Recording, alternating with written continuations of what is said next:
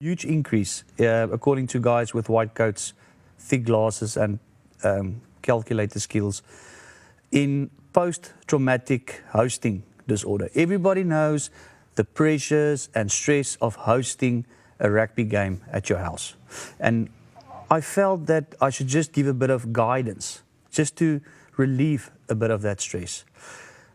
First and foremost is your guest ratio. Always make sure you invite your own friends, your good friends. You need the emotional support, you work hard during the week, and you need to relax. Secondly, make sure your wife or partner has some of her friends, preferably the ones with the biggest gears.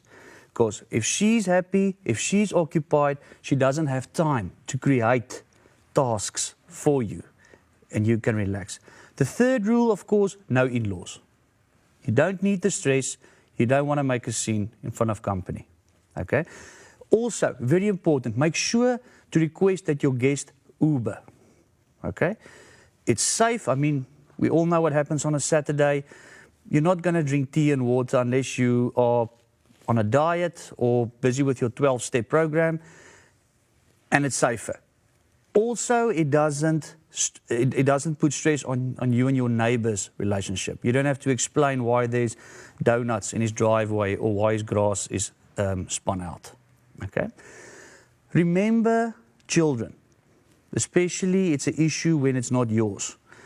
It's a known fact, other people's children are 80 to 90% naughtier than your own. So make sure they have a secluded area away from your watching area, preferably soundproof. You don't want the anthems to compete with Let It Go from Frozen. You can't have that.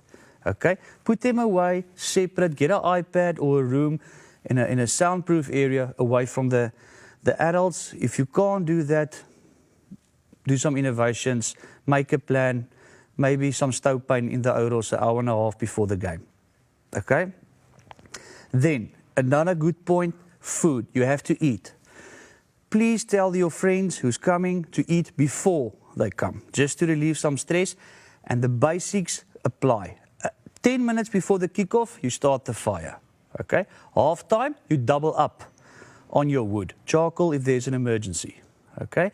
That means exactly that will give you 15 minutes post-game time to fix a drink or wash your face if you've been crying before the coals are ready for the meat. Also, snacks. Stack up on snacks, not just chips. Think outside of the box. Be considerate.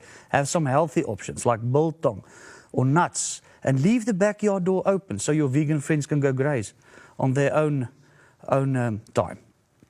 Okay? Last but not least, and probably the most important, ice. You can never have enough ice. There's always going to be some people who's uninvited who pitches, and you can never have enough. You can always use it. It's always, you never know when you want to get someone's attention or when you need to transport a ear. You know how this stuff works. Long and the short, it's all about the gears. Get your gears up, get your adrenaline pumping. You are carrying the team.